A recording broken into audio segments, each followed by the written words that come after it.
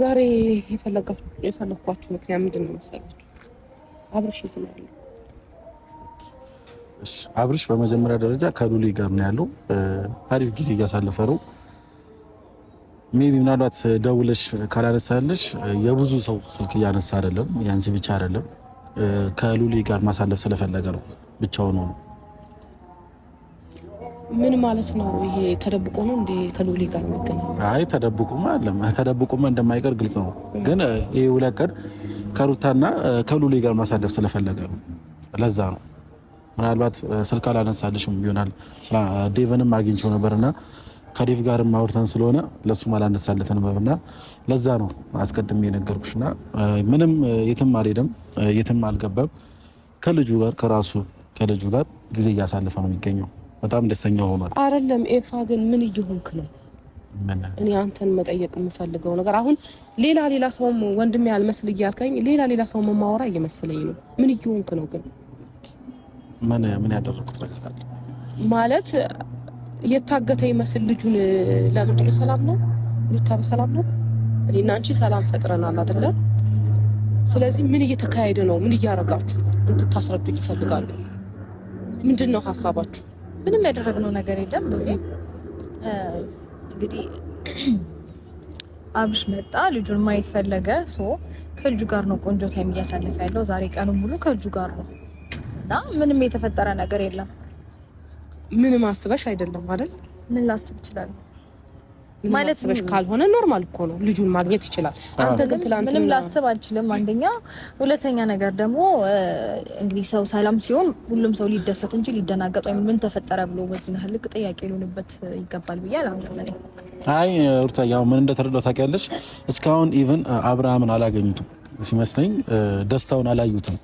ደስታውን ቢያዩ ኖሮ እነሱም እንደዚህ መጥተው እኛን ማያስጨንቁ ነው ነበር። የምን ደስታ ነው? አንተ ትላንትና እያደረክ የነበረው ነገር ልክ ነው? ምን እየሆንክ ነው? ምን አደረኩኝ? ለምንድነው ግራም ታጋባል? ምን አደረኩኝ? ምን አደረኩኝ ማለት ምን ማለት ነው? ሄደ እሷ ጋር ምን እያደረክ ነበር? ኦኬ ሄርሜላ ቤት ነው። ስለ ሄርሜላ የምታወሪኝ ከሆነ እኔ ትክክለኛው ነገር ነው ያደረኩት። ምንድነው ትክክል? ሄጂ ለሷ መናገር የምፈልገው ነገር ተናግሬ ነው የወጣሁት። አብርሃም እዚህ ቤት እንደማይመጣ ከሷ ጋር እንደማይሆን ሁሉም ነገር አስረግጬ ነግሬያት ወጣሁ። አንተ ማን ነህ? ምንድነው? እኔ ማንም አይደለሁም፣ ኤፍሬም ነኝ እኮ። እና እሷ ጋር ሄደ አብርሃም አይመጣም የምታሳየው አክት ምን ሰውስ አሁን ምን እንዲረዳህ ነው የምትፈልገው? ሐሳብህስ ምንድነው? ምን መሆን ነው አላማ? ካልገባኝም ሐሳቤ አብርሽና ሩታ አንድ ላይ እንዲሆኑ ነው። ኦልሬዲ አሁን ሆነዋል። ስለዚህ ይሄ ነገር አንተ እሱን የምትወስንለት ነው አይደለም? እኔ አይደለም የምወስንለት። ሜቢ ስላላገኘሽው ነው ቡዜ እንደዚህ እያወራሽኝ ያለሽው። አግኝተሽው እሱ አውርተሽው ቢሆን ኖሮ እንደዚህ ያን ነገር ባታወሪኝ ነበር። በጭራሽ በጤናው እንደዚህ አይሆንም ልጁ ሲጀመር። ሲቀጥል ደግሞ ሩታ እስከ ዛሬ ነበር ጤነኛ ያልነበረው። አሁን በጣም ጤነኛ ነው። አይ ስልሽ መታመም ሳይሆን ከራሱ ጋር አልሆነም ነበር፣ ራሱን እያዳመጠ አልነበረም። አሁን ግን በሚገባው ራሱን አዳምጦ ለራሱ ጊዜ እየሰጠ ለሚስቱ ለልጁ ጊዜ ሲሰጥ ይገኛል። በእውነት ምን ነው አንተ ያማል እንዴ? ጤነኛ አይደለም እንዴ? ብዙ ምንድነው ማለት አልገባንም። እንዴት ነው?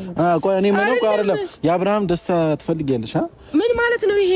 አንተ ነው ወይም ተወስነልኝ? ቆይ አይደለም ብዙ ከዚህ በፊት አይደለም። ቆይ አንዴ ሩታዬ ነው ያደረገው ነገር ነው አይደል? ምን እንደሆነ ታውቂያለሽ? ከዚህ በፊት እኔ የወንድሜን ደስታ ነው የምፈልገው፣ የወንድሜ ምርጫ ነው የምፈልገው፣ ወንድሜ የመረጠውን ደስ ይለኛል ብለሽ ነበር አይደል? አሁን ወንድሙ በቃ እኔ እሱን ላገኘው በቃ ወንድምሽ ደግሞ የመረጠው አይደለም የሚለውን እኔ ነኝ የማውቀው። አብርሃምን የመረጠው ሩታ ነው፣ ሊኖርም የሚችለው ከሩታ ጋር ነው። ስለዚህ ይሄ ነገር ደግሞ ሊያስደስትሽ እንጂ ሊያስቆጣሽ ሌላ ነገር ሊያስወራሽ ዝም በል። ሲጀመር ዝም በል አንተ። በእንደዚህ አይነት መልኩ አንተ የሱን ህይወት ልትወስን አትችልም። ሩታ ደግሞ ሳወራሽ ይሄ ያበቃ የተዘጋ ፋይል አይደለም። አሁን ለምንድን ነው እንደዚህ ማድረግ የፈለግሽው? እሺ ማለት አንዳንድ ሰዎች ሊመስላቸው ይችላል፣ ግን ደግሞ ልጅ ተዋልዶ በቃ ወይም ደግሞ ተዘጋ የሚባል ፋይል የለም በመጀመሪያ ደረጃ።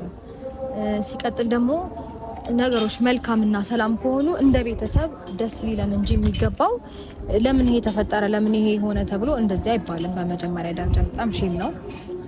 ምክንያቱም በቃ ኦልሬዲ ሰላም ሆነ፣ ነገሮች ተፈቱ። እንደዚህ አይነት ሁኔታ ደግሞ ሲፈጠር ለምን ደስተኛ መሆን ነው የሚጠበቅብን? አልተፈታም፣ በጭራሽ ተፈቷል።